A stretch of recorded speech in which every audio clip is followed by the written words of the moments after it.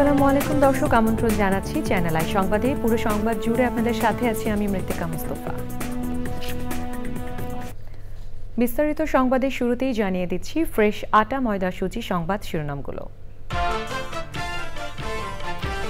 পাচার হওয়া অর্থ ফিরিয়ে আনতে বিশ্ব নেতাদের সহায়তা চেয়েছেন প্রধান উপদেষ্টা। দাভোসে বিভিন্ন দেশের সরকার ও রাষ্ট্রপ্রধানের সাথে বৈঠক। যুক্তরাষ্ট্রের জনস হপকিন্স হাসপাতালের বিশেষজ্ঞদের পরামর্শ মতে লন্ডনে খালেদা জিয়ার চিকিৎসা চলছে, রিপোর্ট পর্যালোচনা করে পরবর্তী সিদ্ধান্ত। একাদশ জাতীয় সংসদ নির্বাচনে অনিয়ম দুর্নীতির অনুসন্ধানের দুদক, শেখ হাসিনা ছাড়াও ইসি, প্রশাসন, আইন শৃঙ্খলা বাহিনীর বিরুদ্ধে তদন্ত শুরু। এবং অনভিজ্ঞতার কারণেই বিব্রতকর পরিস্থিতির মুখোমুখি বলে দুর্বার রাজশাহীর দাবি, ভবিষ্যতে সামলে নেওয়ার প্রতিশ্রুতি। দর্শক, সংবাদ শিরোনামগুলো জানাচ্ছিলাম। এখনকার সংবাদ আয়োজন একই সঙ্গে চ্যানেল আয়ের ইউটিউব চ্যানেল এবং চ্যানেল আয়ের ওটিটি প্ল্যাটফর্ম আই স্ক্রিনে লাইভ স্ট্রিম হচ্ছে। যাচ্ছে বিস্তারিত সংবাদে। বাংলাদেশ থেকে পাচার হওয়া শত শত কোটি টাকা দেশে ফিরিয়ে আনতে বিশ্ব নেতাদের সমর্থন চেয়েছেন প্রধান উপদেষ্টা অধ্যাপক ডক্টর মোহাম্মদ ইউনূস। আওয়ামী লীগের 16 বছর শাসনের সময় বাংলাদেশে কিভাবে ডাকাতি হয়েছে তা দেখতে বিশ্বের শীর্ষ চিন্তাবিদ ও আন্তর্জাতিক সংস্থার প্রতিনিধিদের বাংলাদেশে আসার আমন্ত্রণ জানিয়েছেন তিনি। মোস্তফা মল্লিকের রিপোর্ট। সুইজারল্যান্ডের দাভোসে অনুষ্ঠিত হচ্ছে ওয়ার্ল্ড ইকোনমিক ফোরাম সম্মেলন। প্রধান উপদেষ্টা অধ্যাপক ডক্টর মোহাম্মদ ইউনূস সম্মেলনের ফাঁকে বৈঠক করেছেন বিশ্ব নেতাদের সঙ্গে।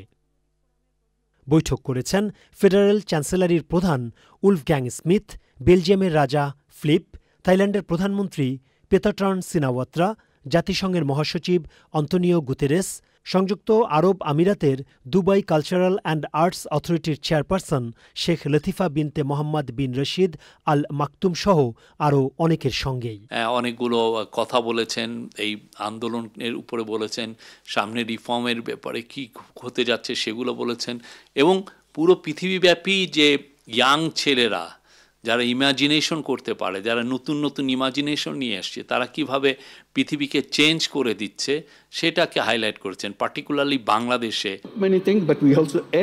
আসিয়ানের একটি সংলাপেও অংশ নেন প্রধান উপদেষ্টা ডক্টর মোহাম্মদ ইউনূস। তার সঙ্গে অংশ নেন মালয়েশিয়া ও ভিয়েতনামের প্রধানমন্ত্রী। It makes a lot for Bangladesh, that's the Rohingya issue, and so you have to succeed, make it happen, and we are all with you. 171 million people in Bangladesh. Wish you all the success. Thank you. বৈঠকে বিশ্ব নেতাদের বাংলাদেশের বর্তমান চিত্র তুলে ধরেন প্রধান উপদেষ্টা। বাংলাদেশ থেকে পাচার ও চুরি হওয়া শত শত কোটি টাকা ফেরত আনতে বিদেশি বন্ধুদের সহায়তা চেয়েছেন অধ্যাপক ইউনূস।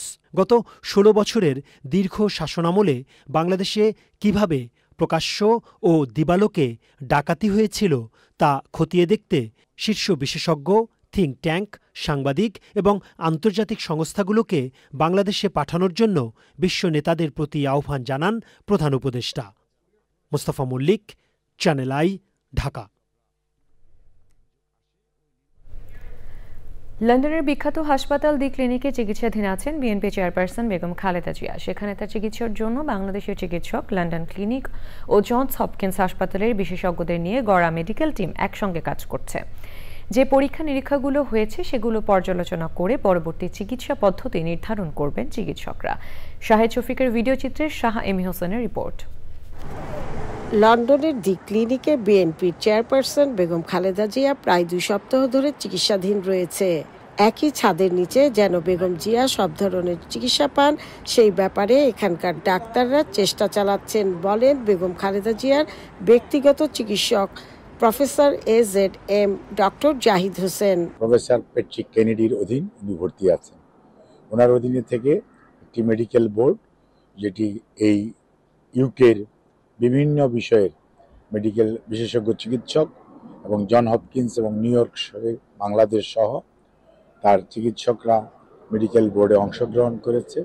ওনার সর্বশেষ পরীক্ষা নিরীক্ষার যে রিপোর্টগুলো পর্যালোচনা করেছে এবং পরবর্তীতে আরও কিছু পরীক্ষা নিরীক্ষার জন্য সিদ্ধান্ত হয়েছে। আমেরিকা থেকে বেগম খালেদা জিয়াকে দেখতে আসেন ঢাকা বিশ্ববিদ্যালয়ের সাবেক VC professor Shahid Uddin Ahmed. Madam Khaleda জিয়াকে দেখার জন্য এবং ওনার খবরাখবর নেওয়ার জন্য এবং শুভেচ্ছা দেওয়ার জন্য আমার আগমন। আমি কামনা করি উনি সুস্থ হয়ে আবার দেশে ফেরত যান। সন্ধ্যায় তারেক জিয়া ও ডক্টর জোবাইদা রহমান প্রতিদিনের মতো আজও তার মাকে দেখতে আসেন। উনি ভালোই আছেন, কথাবার্তা বেশ সুন্দরভাবে বলেছেন, আমাদের সাথে হাসি খুশি ভাবেই কথা বলেছেন, আমার হাজব্যান্ডকে চিনতে পেরেছেন।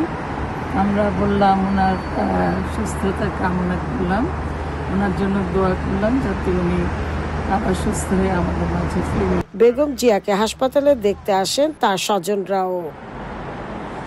লন্ডন ক্লিনিকে প্রায় 2 সপ্তাহ ধরে বেগম খালেদা জিয়া চিকিৎসাধীন আছে। তার চিকিৎসার জন্য বসেছে বোর্ড মিটিং। এই বোর্ড মিটিংয়ে বিশেষ করে তার কিডনি, লিভার ও হার্টের পরীক্ষা নিরীক্ষা চলছে। খুব শীঘ্রই তার এই পরীক্ষা নিরীক্ষার রিপোর্টটি তার ব্যক্তিগত চিকিৎসক আমাদেরকে জানাবে। দি লন্ডন ক্লিনিকের সামনে থেকে Shah MSN, channel I, London. যুক্তরাষ্ট্রের নতুন পররাষ্ট্রমন্ত্রী মার্কো রুবিওর সঙ্গে প্রথম বৈঠকে বাংলাদেশ পরিস্থিতি নিয়ে আলোচনা করেছেন ভারতের পররাষ্ট্রমন্ত্রী এস জয়শঙ্কর। ওয়াশিংটনে দ্বিপক্ষীয় বৈঠকের পর বুধবার ব্রিফিংয়ে সাংবাদিকদের এক প্রশ্নে জয়শঙ্কর বাংলাদেশ প্রসঙ্গ নিয়ে আলাপ হওয়ার কথা বলেন, তবে এ নিয়ে বিস্তারিত কিছু বলতে চাননি তিনি। ডোনাল্ড ট্রাম্প প্রশাসন ক্ষমতা নেওয়ার পর যুক্তরাষ্ট্রের পররাষ্ট্রমন্ত্রী মার্কো রুবিও প্রথম দ্বিপক্ষীয় বৈঠক করেন জয়শঙ্করের সঙ্গে। ভারতের পররাষ্ট্রমন্ত্রী প্রেসিডেন্ট ডোনাল্ড ট্রাম্পের শপথ অনুষ্ঠানে অংশ নিতে এবং 4 দেশের জোট কোয়াড এর বৈঠকে যোগ দিতে ওয়াশিংটন সফরে রয়েছেন। The first question, yes, we had a brief discussion on Bangladesh. I don't think it's appropriate I get into more details. 2018 সালের একাদশ জাতীয় সংসদ নির্বাচনে জালিয়াতির সঙ্গে জড়িত নির্বাচন কমিশন, প্রশাসন ও আইন শৃঙ্খলা বাহিনীর বিষয়ে অনুসন্ধান করবে দুদক।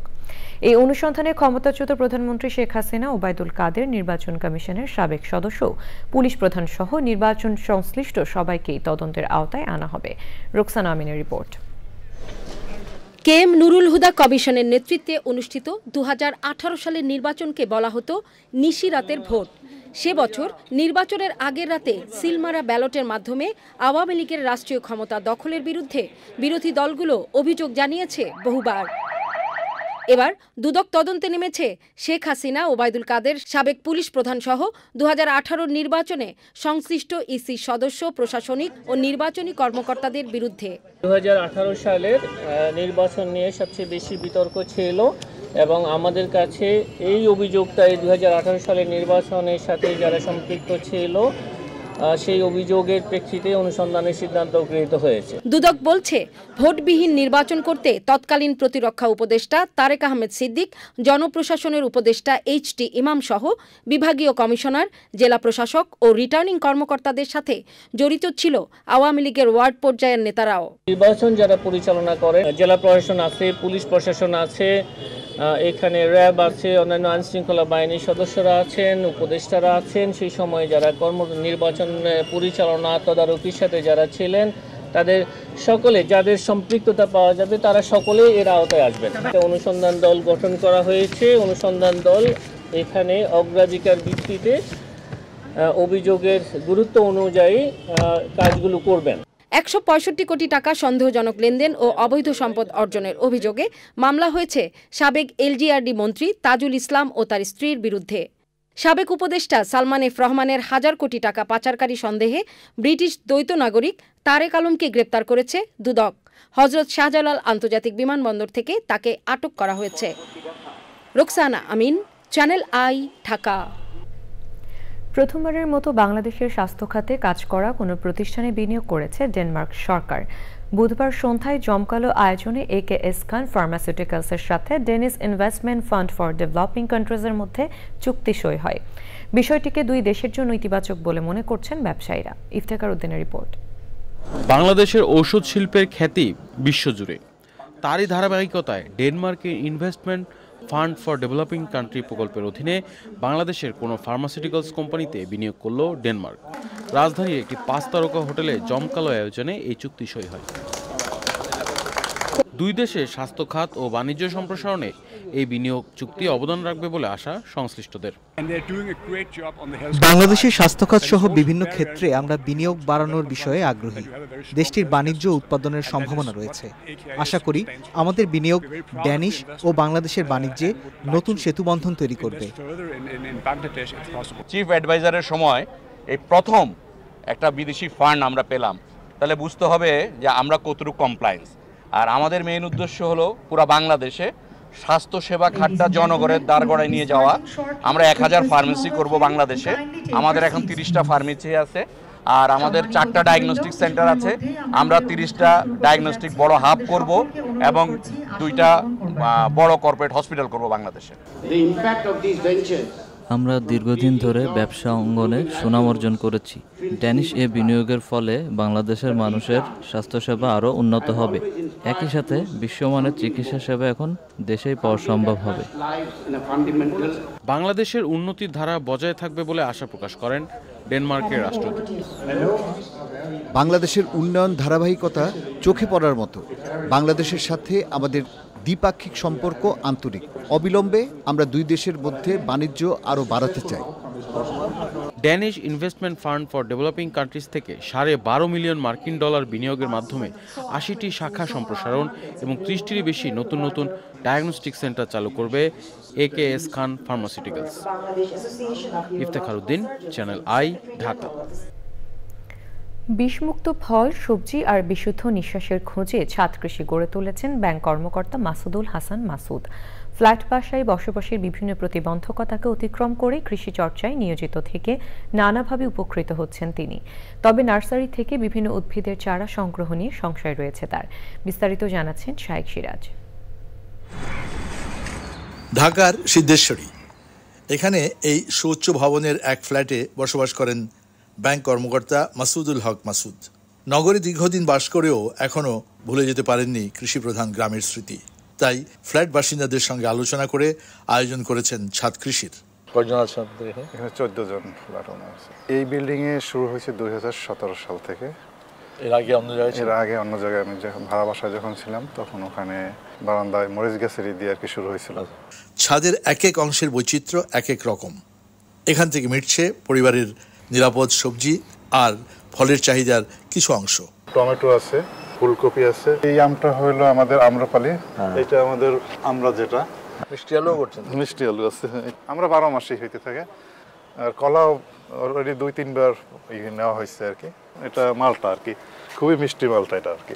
এই উদ্যোক্তার দাবি, নগরীর সবুজায়ন এগিয়ে নিতে আগামীর উন্নয়ন পরিকল্পনায় ছাদ কৃষিকে অনেক বেশি গুরুত্ব দেওয়া উচিত। গ্রাম অঞ্চলে কিন্তু আমাদের উপজেলায়, প্রত্যেকটা উপজেলায় এক কৃষি কর্মকর্তা আছেন। যদি আমাদের শহর কেন্দ্রিক যেগুলো আছে কৃষি কর্মকর্তাদের এখানে নিয়োগ দিয়ে ছাদ কৃষিটাকে পরিচর্যার জন্য পরামর্শ দেন, তাহলে এটা ভালো একটা রেজাল্ট আসবে আমাদের আশা করি আর কি। এখন যে বিল্ডিংগুলো প্ল্যান পাস হইতেছে, প্রত্যেকটা বিল্ডিংয়ের ছাদ কৃষি করার উপযোগী করে প্ল্যানগুলো পাস করানো উচিত। ভালো লাগা আর ভালোবাসা দিয়ে শহরে বসবাস করেও যারা ছাদ কৃষি করছেন তাদের সবার সৃজনশীলতার গল্পটা একই রকমের। যেমন সিদ্ধেশ্বরীর মাসুদ হাসানের এই ছাদ কৃষি তেমন একটি নমুনা। তবে এই উদ্যোক্তা মনে করছেন যে গ্রামের মতো শহর অঞ্চলেও কৃষি তথ্য সেবা এবং তদারকি করা খুবই প্রয়োজন, তাহলে ছাদ কৃষির প্রসার ঘটবে। সিদ্ধেশ্বরীর মাসুদুল হাসানের ছাদ কৃষি থেকে শাইখ সিরাজ, চ্যানেল। এই নিয়ে বিস্তারিত প্রতিবেদন দেখবেন আজ বেলা 3:05 হৃদয়ে মাটি ও মানুষের ডাক অনুষ্ঠানে। এবারে যাচ্ছি বিপিএল আপডেটে।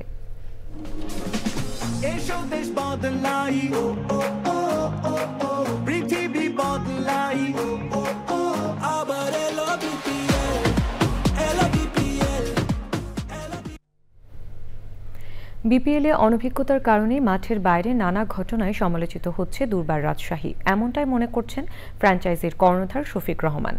বকেয়া পাওনা পরিশোধে নির্ধারিত সময়ের আগেই বকেয়া নিয়ে গণমাধ্যমে অভিযোগ তুলে দলকে চাপে ফেলেছেন ক্রিকেটাররা, যার প্রভাব পড়েছে মাঠের পারফরম্যান্সে।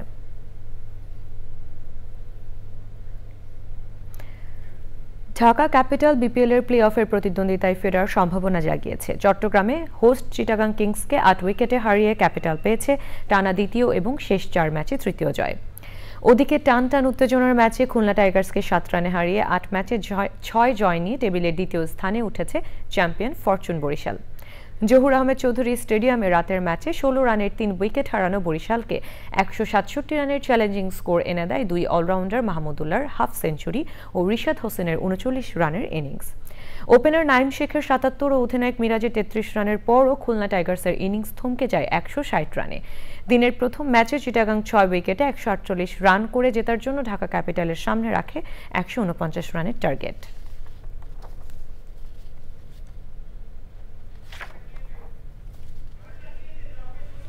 জবাবে দুই ওপেনার তানজিদ তামিম ও লিটন দাসের 75 রানের ওপেনিং পার্টনারশিপে 11 ডেলিভারি হাতে রেখে অতিক্রম করে সহজ জয় পায় ঢাকা ক্যাপিটাল। লিটন 25 রানে বিদায় নিলেও তানজিদ তামিম 54 বলে করেন হার না মানা 90 রান। 10 ম্যাচে 3 জয় টেবিলের চতুর্থ স্থানে উঠেছে ঢাকা। দর্শক, এবারে চলে যাচ্ছি বিরতিতে। বিরতির পর অন্যান্য সংবাদের সাথে থাকছে ইংল্যান্ডকে 7 উইকেটে হারিয়ে 5 ম্যাচে টি-20 সিরিজে ভারতের লিড ভারতীয় ওপেনার অভিষেক শর্মার ঝোড়ো ব্যাটিং। এবং প্রথমে নিটোল টাটা কৃষি সংবাদ।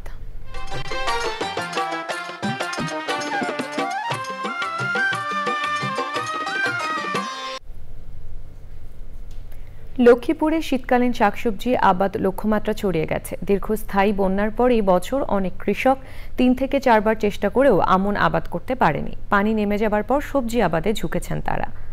বাজার দর ভালো হওয়ায় অনেক কৃষক টমেটো চাষ করছেন।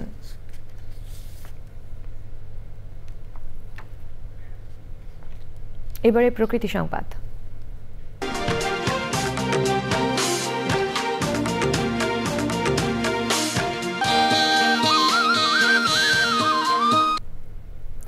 বায়ু দূষণের কারণে ভোলা শহরে স্বাস্থ্য ঝুঁকি বাড়ছে। নিয়ম না মেনে খোলা অবস্থায় নির্মাণ সামগ্রী পরিবহন করায় শহরের বাতাসে মিশছে সূক্ষ্ম ধূলিকণা, যা চলাচলে অস্বস্তি বাড়ানোর পাশাপাশি দুর্ঘটনার কারণ হয়ে দাঁড়িয়েছে।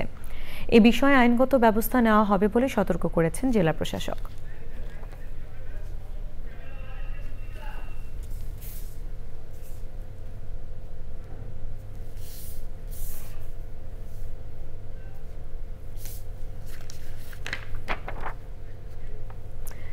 নাটোরের তীব্র শীতে বিপর্যস্ত জনজীবন। বাড়ছে শ্বাসকষ্ট, সর্দি, কাশি, ডায়রিয়া সহ শীতজনিত নানা রোগ। বয়স্ক শিশুরা আক্রান্ত হয়ে হাসপাতালে ভর্তি হলেও পাচ্ছে না পর্যাপ্ত চিকিৎসা সেবা। নাটোর আধুনিক সদর হাসপাতালে আছেন রেজাউল করিম রেজা। সরাসরি যাচ্ছি তার কাছে।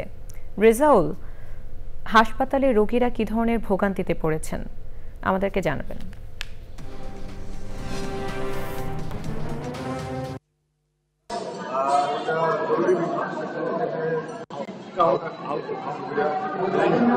তার সামনে আজকে সকাল থেকে নাটোরের আবহাওয়া খুবই খারাপ। গতকাল সারা এখন পর্যন্ত সূর্যের মুখ দেখা যায়। গতকালকে নাটোরের আবহাওয়া ছিল সকালের দিকে 11 ডিগ্রি সেলসিয়াস, পরে সেটি বেড়ে 18 ডিগ্রি সেলসিয়াস হয়েছিল। আজকে কিন্তু একই অবস্থা। আমরা দেখছি যে সকালের দিকে রোগীর অনেক ভিড় থাকলেও এই ঠান্ডার কারণে রোগীরা আসেননি। আমরা যেখানে টিকিট দেওয়া হয় রোগীদের, সেখানে দাঁড়িয়ে আছি। আমরা হাসপাতালে যে চিত্র দেখেছি সেটি হচ্ছে যে সর্দি, শ্বাসকষ্টজনিত কারণে অনেক অসংখ্য রোগী হাসপাতালে ভর্তি হয়েছে। কিন্তু এই হাসপাতালে কোনো ধরনের ঠাঁই নাই, অনেকে মেঝেতে আশ্রয় নিয়ে আসেন। ডাক্তাররা বলছেন যে তাদের সীমিত স্টাফ দিয়ে এই তারা মেশিন খাচ্ছেন। আবার অনেকে অভিযোগ করছেন যে তারা প্রয়োজনীয় ওষুধ পাচ্ছেন না। আমি একটু কথা বলতে পারি কি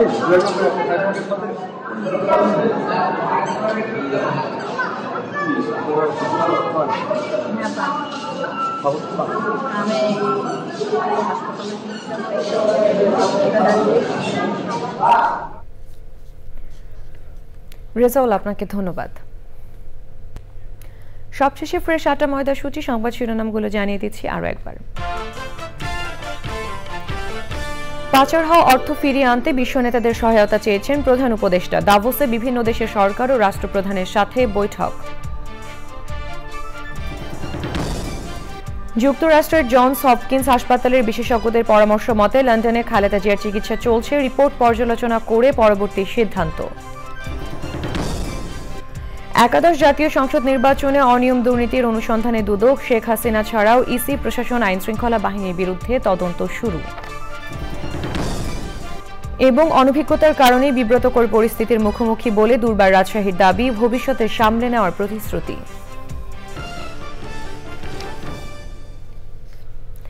দর্শক, এই ছিল এখনকার সংবাদ। সবাইকে সাথে থাকার জন্য ধন্যবাদ।